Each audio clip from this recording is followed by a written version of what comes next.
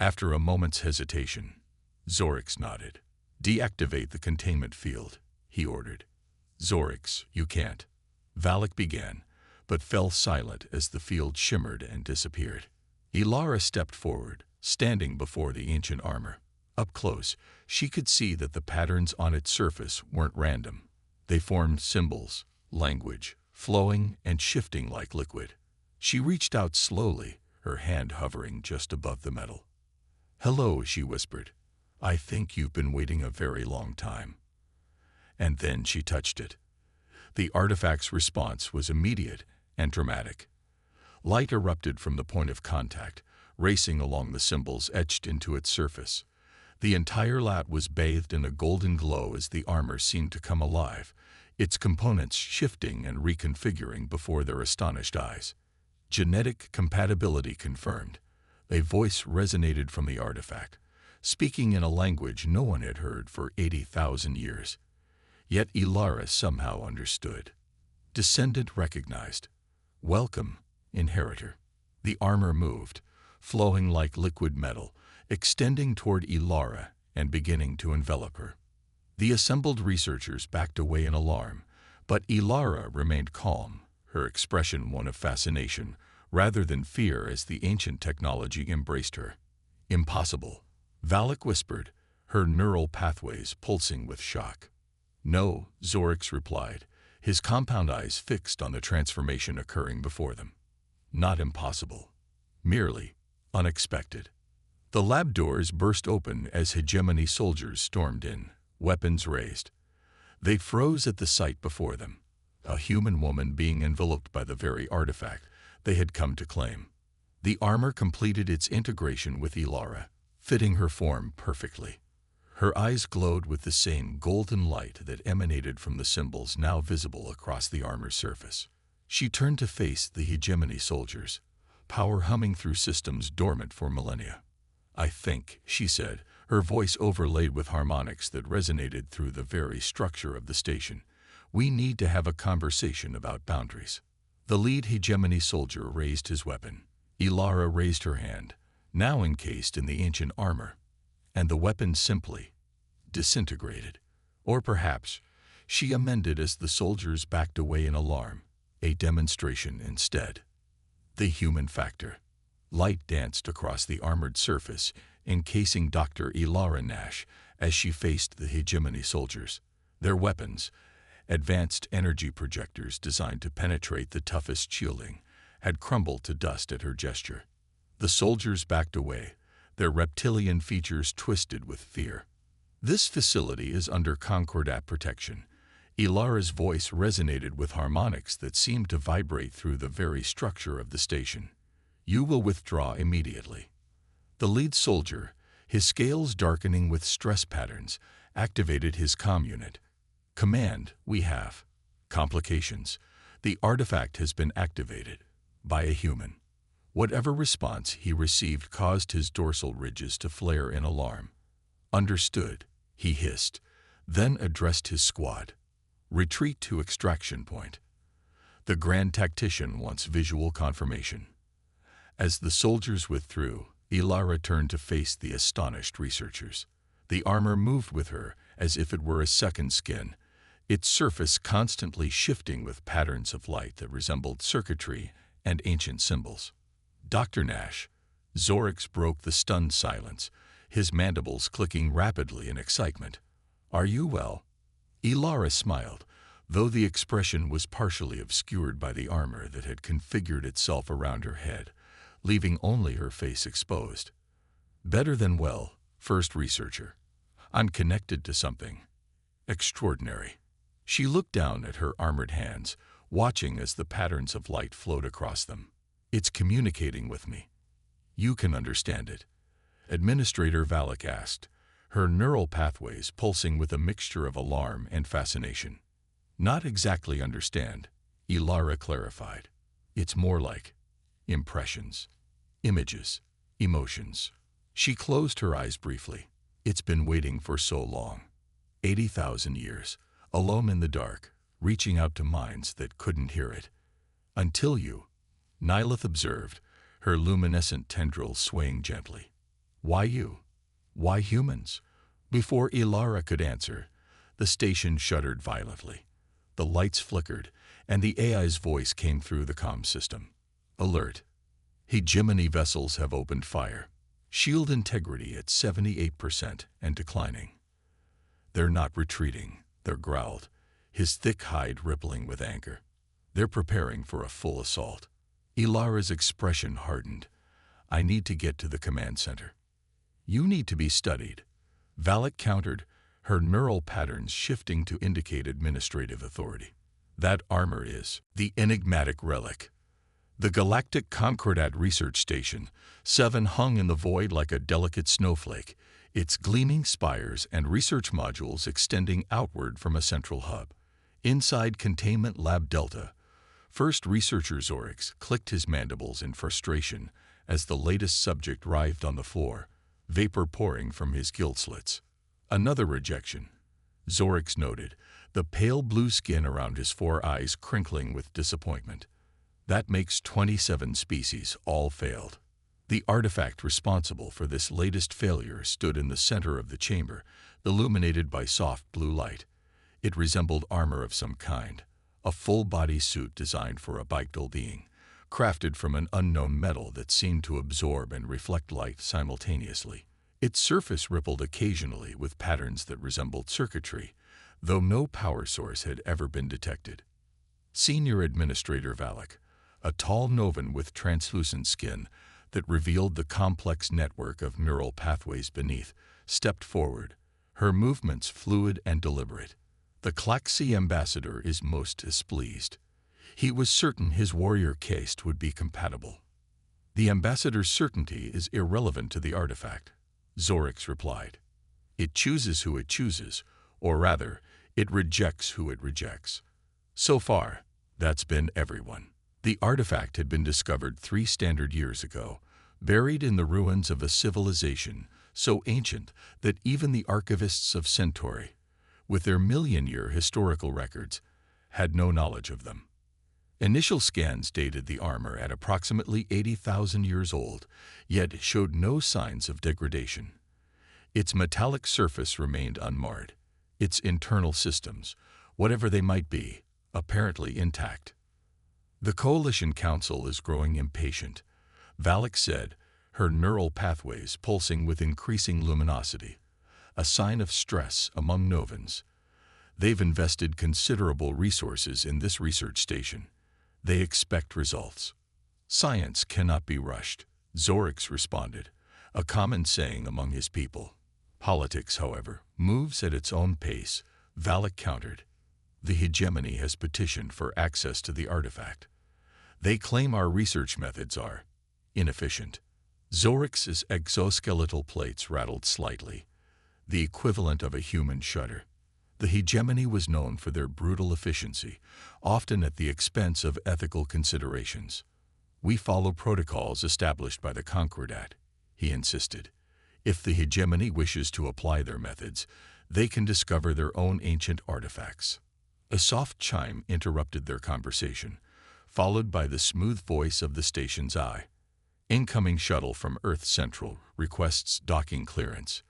Passenger manifest lists one Dr. Elara Nash, xenoarchaeologist, Terran Science Division.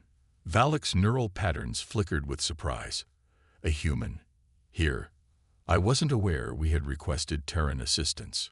We didn't, Zoryx said, his compound eyes narrowing. The Coalition Council must have invited her without consulting us. The Terrans were relative newcomers to the galactic Concordat, having achieved faster-than-light travel only 2 centuries ago. Most established species viewed them with a mixture of curiosity and condescension. Their technology was derivative, their culture chaotic, and their physical forms unremarkable. Yet they had spread throughout the galaxy with surprising speed, establishing colonies and trading posts wherever they went. Shall I deny docking permission? The AI inquired. Valak and Zoryx exchanged glances. No, Valak decided after a moment. If the Council sent her, there must be a reason. Grant clearance, but restrict her access to non-critical areas until we've assessed her purpose here. Dr. Elara Nash stepped off the shuttle, her dark hair pulled back in a practical bun, her brown eyes immediately scanning her surroundings. The docking bay was impressive, far more advanced than anything Earth had constructed, but she didn't allow herself to appear awestruck. First impressions mattered in xenodiplomatic situations. A slender figure with translucent skin approached, accompanied by an insectoid being whose kitten gleamed under the bay's lights. "Dr. Nash," the translucent being said, her voice melodic. "I am Senior Administrator Relic. This is First Researcher Zoryx. We were surprised by your arrival." Elara smiled, careful not to show too many teeth, a gesture some species found threatening. "The surprise is mutual, Administrator. I was enjoying a rare break between field assignments when I received direct orders from Earth Central. They were rather vague about why my particular expertise was needed here." "Fascinating," Zoryx chittered. "We were not consulted about your assignment." "Politics," Elara said with a slight shrug. "I've learned not to question sudden reassignments. I go where the interesting artifacts are." "And what do you know of our artifact?" Relic asked, her neural pathways pulsing with what Elara recognized as suspicion. "Only what was in my briefing packet. Ancient armor of unknown origin, approximately 80,000 years old, resistant to scanning, and apparently selective about who wears it." She offered another careful smile. "I understand it's developed quite a reputation for rejecting candidates." 27 species, Zoryx confirmed. "All unsuccessful. The rejections range from mild discomfort to temporary neural disruption. No fatalities, I hope." "None," Relic assured her, though several diplomatic incidents have resulted. The Klaxay are particularly offended that their warrior caste was deemed unworthy. "Fascinating," Elara murmured. "I'd like to see it, if that's possible." Relic's neural pathways pulsed rapidly. "We have strict protocols regarding access to the artifact. Your credentials are impressive, Dr. Nash, but I'm human," Elara finished for her.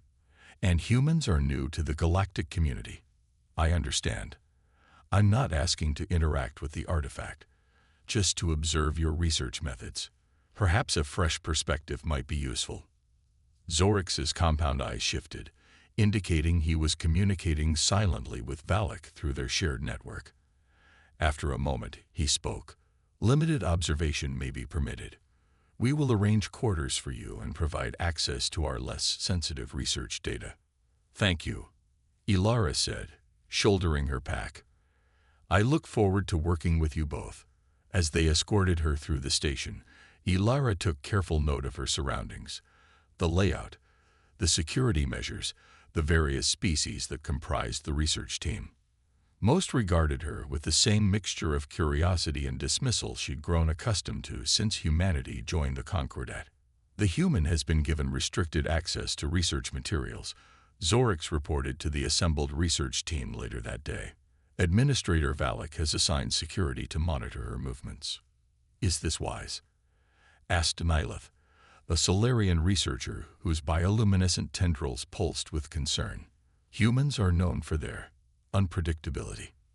They're also known for making unexpected connections," countered Thar, a gruff Borrelian whose thick hide was marked with academic achievement tattoos. "Their neural architecture follows different patterns than most sentient species. It makes them unpredictable, yes, but occasionally insightful. The Council sent her for a reason," Zoryx reminded them. "We will observe proper protocols while determining that reason." The discussion was interrupted when alarms suddenly blared throughout the station. "Security breach in Sector 7, announced the station eye. "Unauthorized access detected in Containment Lab Delta." "The artifact," Zoryx exclaimed, his mandibles clicking rapidly in distress. The research team rushed to the security monitors. On the screen, they could see 3 figures in the containment lab. They wore the uniforms of maintenance workers, but their movements were purposeful, military.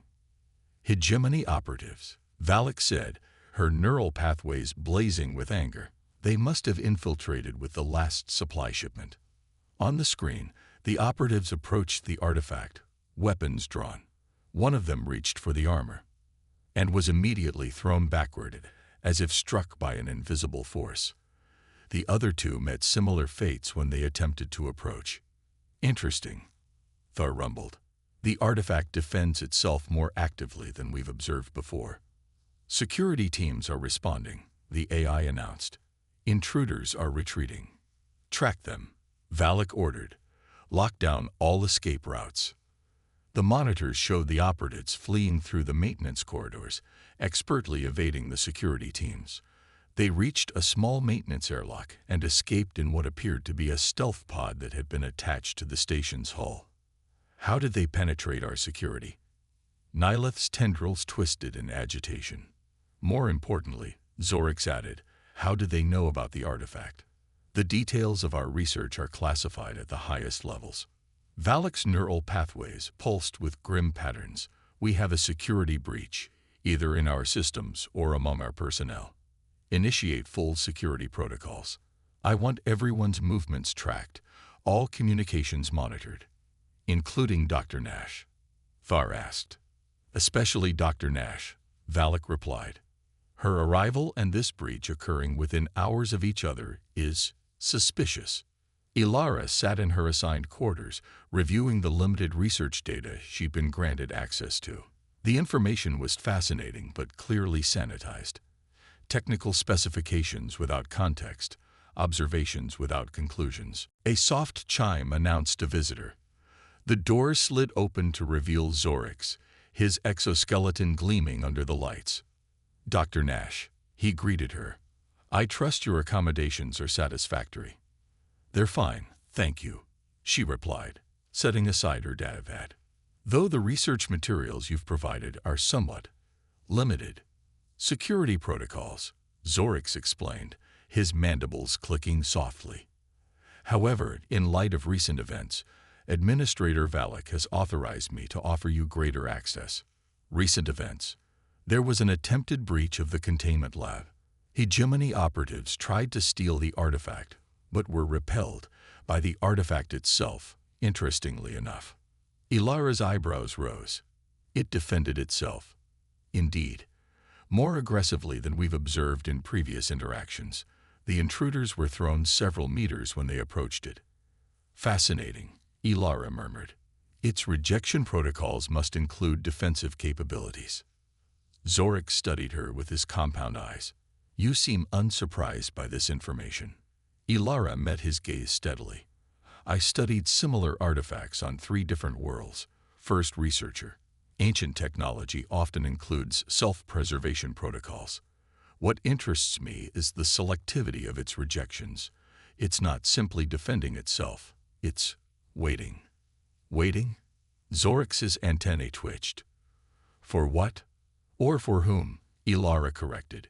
Your research notes indicate that the artifact responds differently to each species that attempts to interface with it. The rejections are tailored, specific. It's not just saying no, it's saying not you. Zoryx was silent for a moment, his exoskeletal plates shifting slightly as he processed this perspective. You believe it's waiting for a specific user. I believe it was designed for a specific user, Elara clarified. The question is whether that intended user still exists. The overhead lights suddenly pulsed red, and the Station A's voice came through the comm system. Alert. Unidentified vessels approaching. Configuration matches hegemony assault craft. All personnel to emergency stations. Zoryx's mandibles clicked rapidly. It appears the hegemony does not give up easily. Or they're desperate, Elara suggested, standing quickly. First researcher, I need to see the artifact. Now, before those ships dock. That is impossible. During an alert, all sensitive areas air. Locked down, I understand. But if I'm right about the artifact, it may be our best defense against whatever the hegemony has planned. She stepped closer, her expression intense. You've tried representatives from 27 species. You haven't tried a human. Zoryx's compound eyes fixed on her. You believe you are compatible. I believe it's worth finding out before the hegemony takes the artifact by force. After a moment of internal calculation, Zorix made a decision. Follow me. Quickly. They moved through the station's corridors, now bustling with personnel responding to the alert. Security teams rushed past them, weapons ready. Through the station's viewports, Elara could see the approaching hegemony vessels, sleek, predatory shapes against the starfield. The hegemony believes the artifact is a weapon, Zorix explained as they hurried toward the containment lab. Our research suggests it's more complex than that. A tool, perhaps, or a technological interface of some kind. It's both, Elara said with certainty. And neither. Zorix glanced at her, but didn't question her cryptic response. They reached the containment lab just as another alarm sounded. Hull breach in Sector 4, the AI announced. Boarding parties detected. The containment lab doors slid open, revealing Administrator Relic and several researchers hurriedly securing equipment. Zorix, Relic exclaimed, her neural pathways flashing with alarm. What is the human doing here? All non-essential personnel should be in secure areas. She may be essential, Administrator, Zorix replied. Dr. Nash believes she might be compatible with the artifact. Impossible, Nihilith interjected, her luminescent tendrils pulsing with skepticism. We've tested representatives from all major sentient clades. Humans share biological and neural patterns with several species that have already been rejected. Not exactly, Elara said, moving toward the artifact, which stood in its containment field, its surface rippling with faint patterns. Humans are unique in ways that aren't immediately obvious. The station shuddered as something impacted against the hull. We don't have time for this, Relic said sharply. The hegemony forces will reach this lab in minutes. We need to evacuate essential personnel and research data. Or, Elara countered, stopping just short of the containment field, we could find out what this artifact can really do. She looked at Zorix. May I? After a moment's hesitation, Zorix nodded. Deactivate the containment field, he ordered. Zorix, you can't. Relic began, but fell silent as the field shimmered and disappeared. Elara stepped forward, standing before the ancient armor. Up close, she could see that the patterns on its surface weren't random. They formed symbols, language, flowing and shifting like liquid. She reached out slowly, her hand hovering just above the metal. Hello, she whispered. I think you've been waiting a very long time. And then she touched it. The artifact's response was immediate and dramatic. Light erupted from the point of contact, racing along the symbols etched into its surface. The entire lab was bathed in a golden glow as the armor seemed to come alive, its components shifting and reconfiguring before their astonished eyes. Genetic compatibility confirmed. A voice resonated from the artifact, speaking in a language no one had heard for 80,000 years. Yet Elara somehow understood. Descendant recognized. Welcome, inheritor. The armor moved, flowing like liquid metal, extending toward Elara and beginning to envelop her. The assembled researchers backed away in alarm, but Elara remained calm, her expression one of fascination, rather than fear as the ancient technology embraced her. Impossible, Relic whispered, her neural pathways pulsing with shock.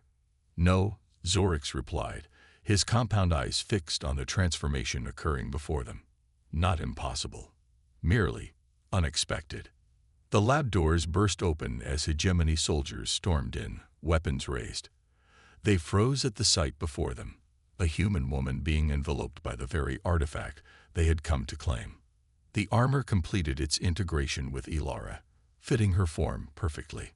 Her eyes glowed with the same golden light that emanated from the symbols now visible across the armor surface.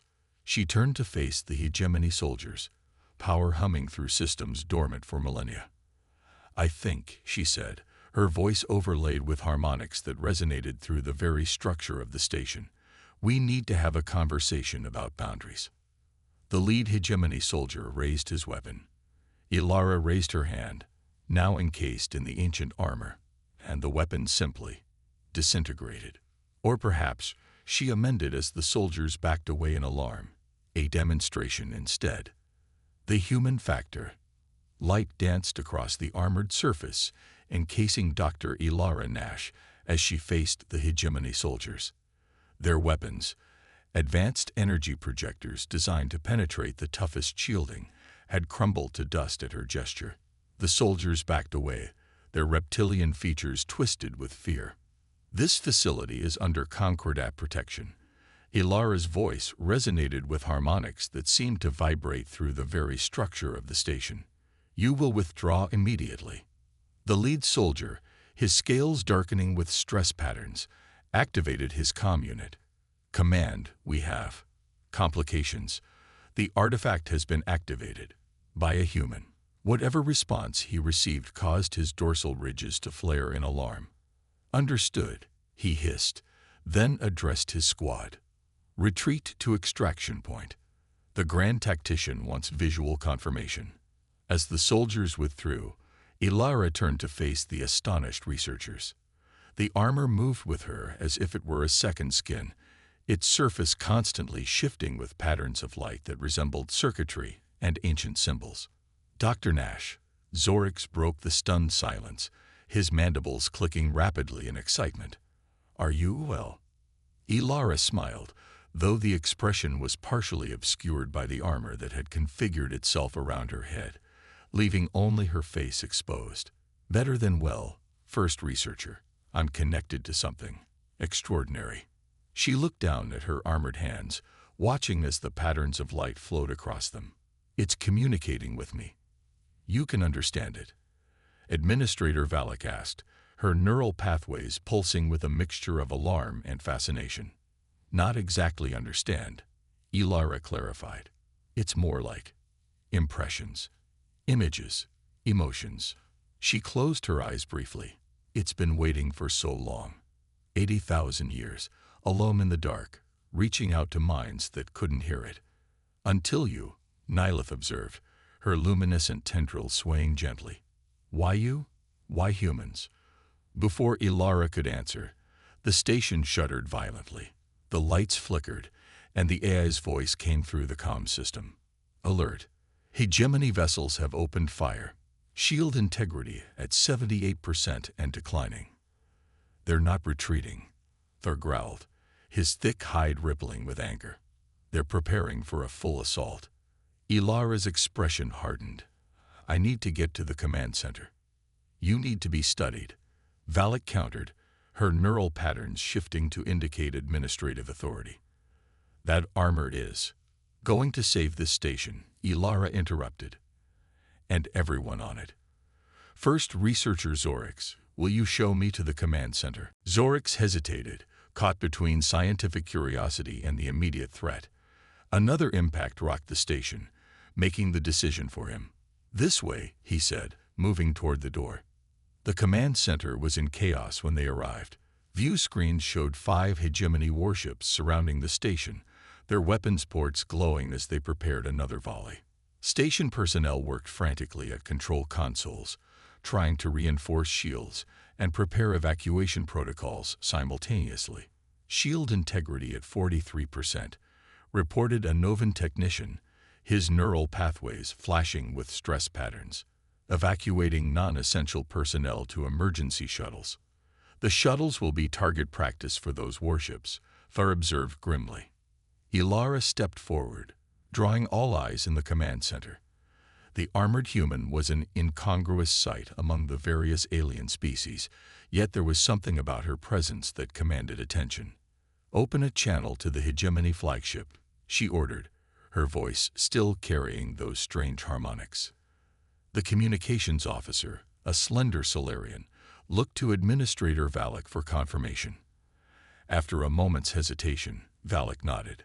Channel open, the officer announced. A view screen activated, showing the bridge of the hegemony vessel. A massive reptilian figure occupied the command chair, the Grand Tactician, his scales adorned with battle markings and his eyes cold with calculation. This is Dr. Elara Nash of Earth, currently stationed aboard Research Station 7, Elara announced.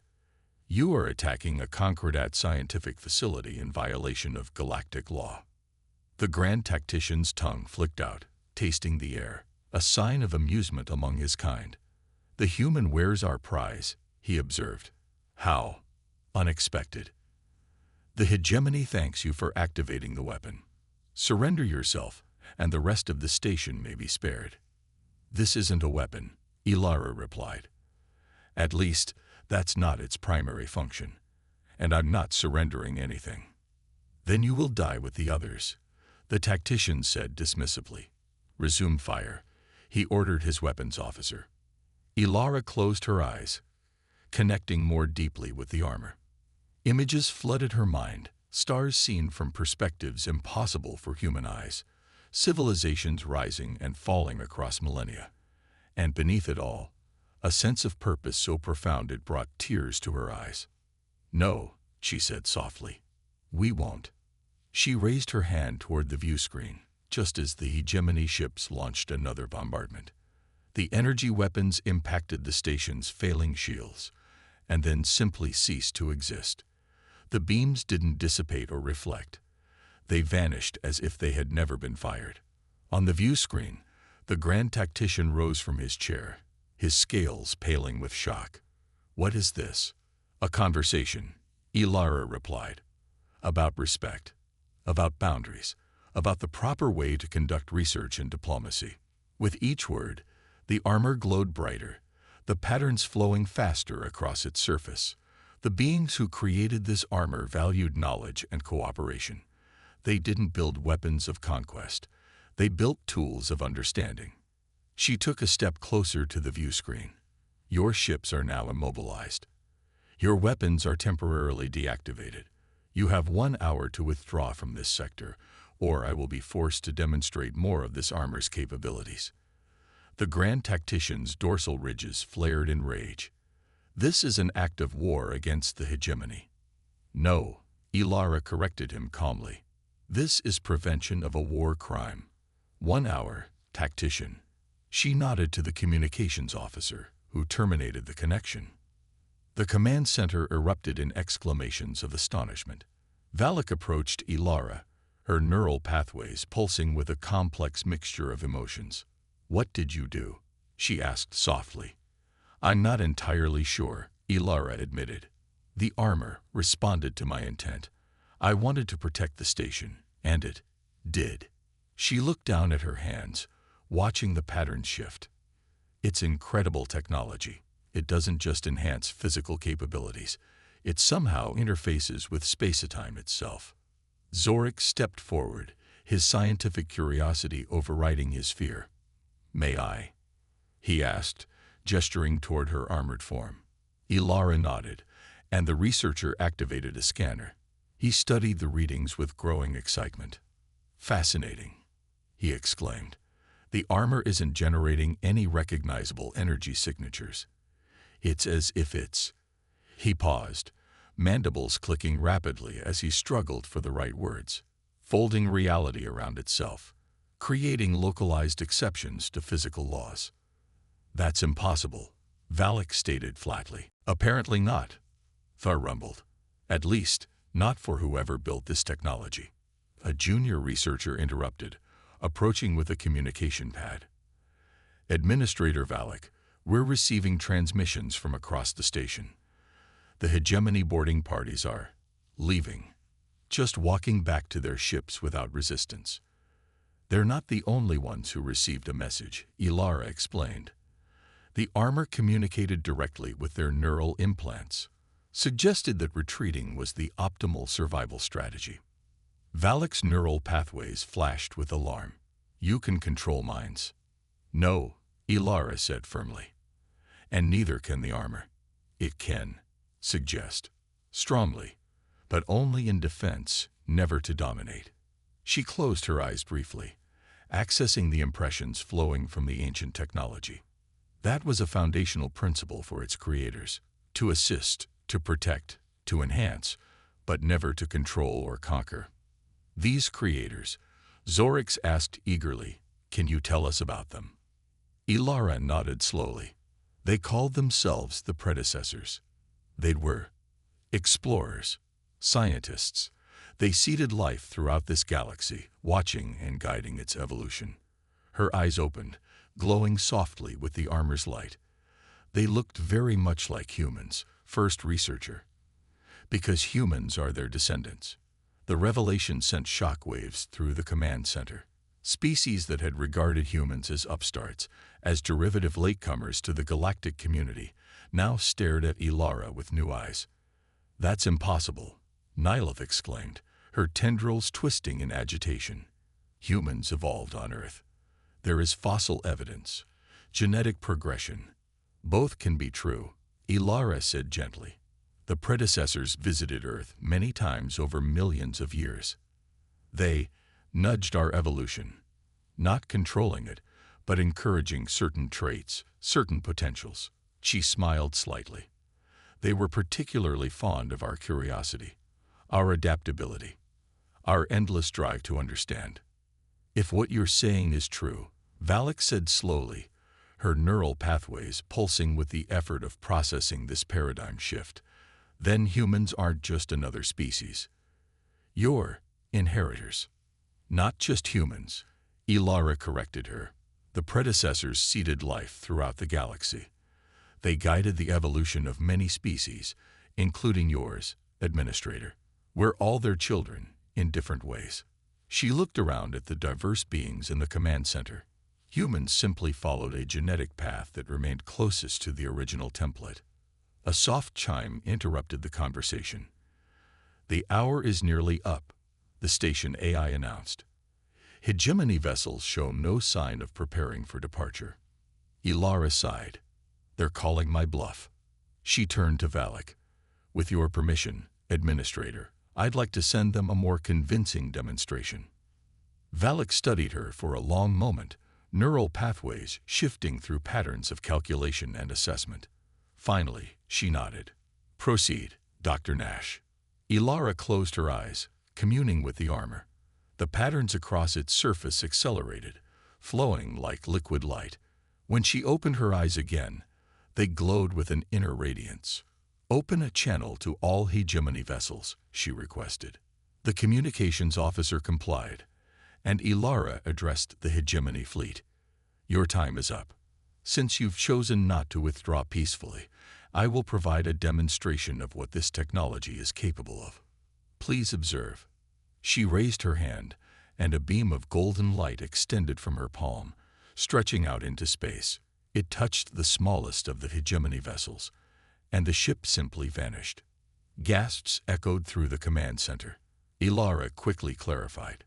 "The vessel and its crew have not been destroyed.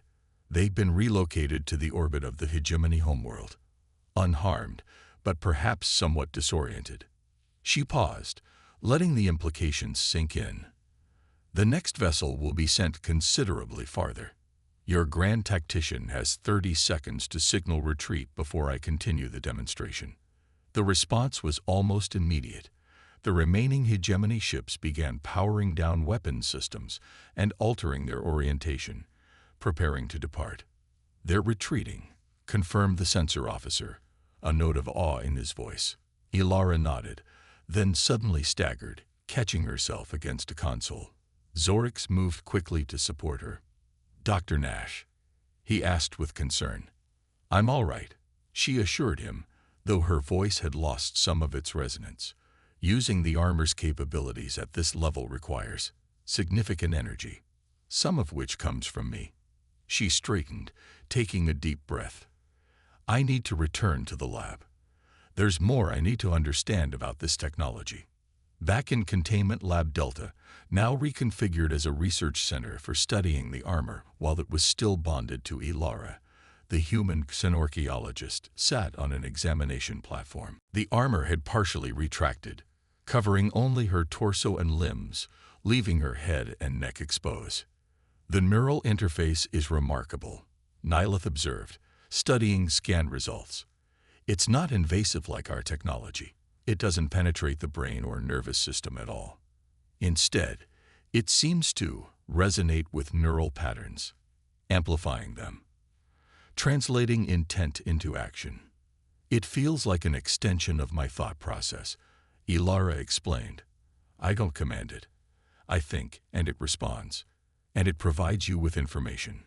Zorix asked, fascinated by the implications.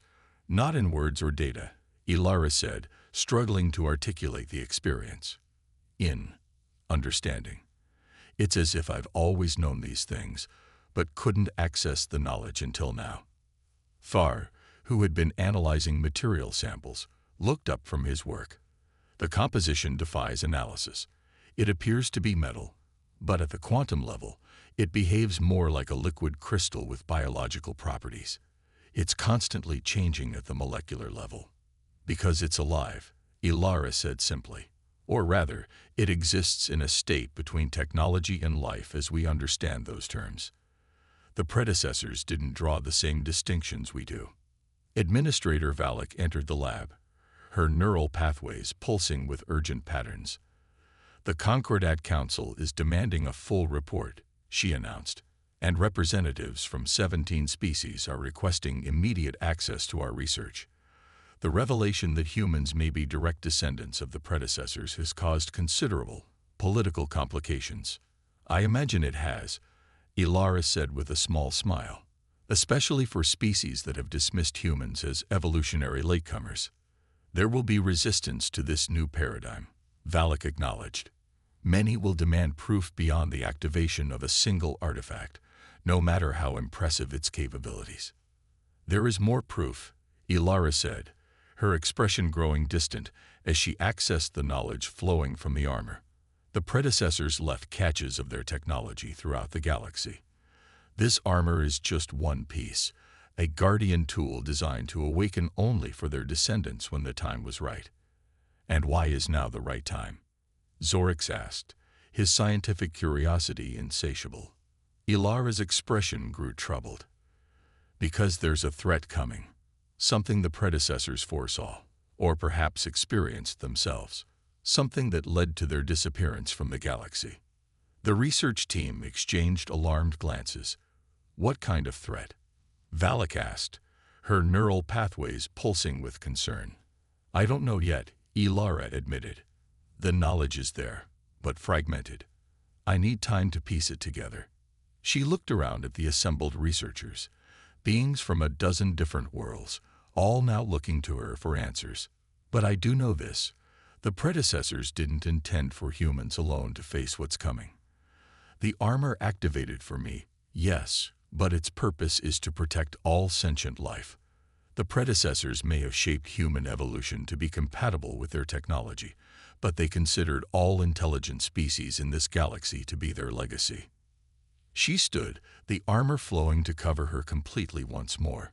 We need to find the other caches. The armor contains coordinates, star maps from 80,000 years ago.